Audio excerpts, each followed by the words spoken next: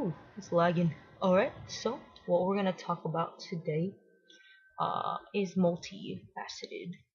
First thing, well, for those of you who started watching, this is gonna be my little diary. Right now, it is June 28th, 2013, about almost 10 o'clock over here. My first endocrinologist appointment is in 3 days, so we'll see how that goes. There'll probably be a video after that too for anyone who's actually watching out there. But that's where we are right now. What we're gonna talk about today is the gym and your chest area here. So I am not a small guy, and I have to work out to maintain whatever size I'm at. Otherwise, it just keeps getting bigger. Uh, so the gym is a really good way. It's very, very healthy. Helps with just about everything. But there's that whole issue of, well, if I'm going to the gym, I can't wear a binder. For those of you who don't know what a binder is, so I have one on right now. This is a binder, at least this is my binder here. And what it does is that it compresses your chest and is supposed to make it look more masculine. There's a huge difference between a binder and a sports bra. Sports bra is meant to keep everything placed while you're working out, being active. A binder actually compresses your chest to make it look tinier and more masculine. So rule number one is never stack these two things. Never wear a sports bra and a binder. In fact, you're not supposed to wear a binder for more than, depending on what kind of binder you have, you're not supposed to wear one for more than about 8 hours a day. If you wear some of the tighter ones, there are tighter ones and looser ones out there depending on where you go. A lot of the mainstream ones are very tight, very uncomfortable. Usually they Velcro on the side here. And you're not supposed to wear those for more than 8 hours. You are not supposed to wear those when you sleep, and you're not supposed to wear them, for any extended period of time. Now, why that is not because the man is trying to put you down and force you into your sex category.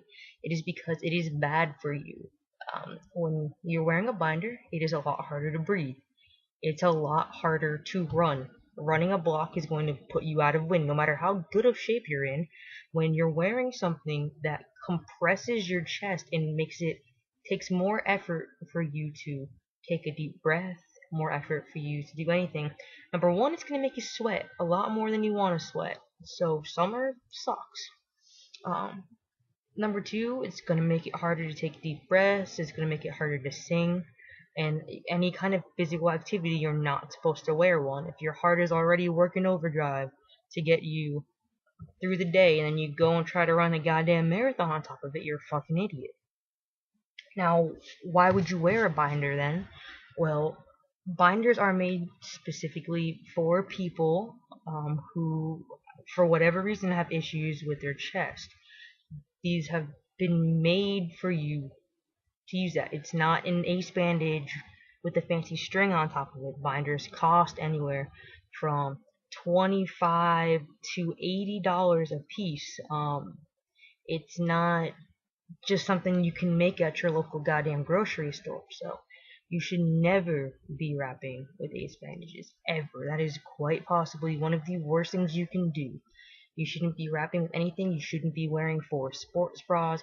If you're having issues with this, there are many, many websites. We can look them up together if you send me a message, where people give away their old binders. People will help you afford new ones. They'll pay it forward. People who are well-to-do. So never wear an ace bandage. I've seen trans-friendly blogs telling people, oh, this is how you ace bandage correctly. There is no fucking way to ace bandage correctly. There's not a way to do that correctly. It's not something you do. So then you might say, well, how do I go to the gym and still appear manly? If you're binding, I mean, that's what you're looking for. You're looking for a more masculine appearance. Well, it's going to depend on how big your chest is. If you're carrying around double D's, I mean, it's going to be a lot harder than if you're someone like me who's pretty flat-chested before surgery. So, maximum number of sports bras is 1. 2, you want to find a gym that is going to be friendly to all shapes and sizes. For instance, I was looking between two gyms. Where I live, there's two major gyms that do the no contract, blah blah blah blah blah. One of them has people, guys walking around, dropping weights, insulting women, that sort of thing. The other one, you walk in and they give you free goddamn Tootsie Rolls. Well, it's obvious that one is looking for one image and the other is looking for another image. Um, so you just need to pick your gym carefully. Many people offer you, if you go into a gym during normal hours, they'll say, "Oh, would you like to take a tour and see our facility?" I mean, on the gym I go to, there's a big alarm on the wall that if someone's dropping weights and grunting and being gross, the alarm actually goes off and they kick them out of there. So there are gyms like that that exist out there, and I live in a small conservative town, so if I have one here, I'm pretty sure you have one there. If not, there are other ways to exercise without a gym, all available on the internet. I mean, so much resources out there. So, I think we're gonna end this here. We're pushing 6 minutes now. But if anybody has any questions, leave them in my ask box. This is getting posted to my Tumblr. If it's on YouTube, well, I don't really know how to work YouTube, so you're kind of fucked. Send me a message or something. But that's gonna be it. You guys will get a new video anywhere from the 1st of July to after I'm drunk on the 4th of July. So we'll figure it all out. Stay classy.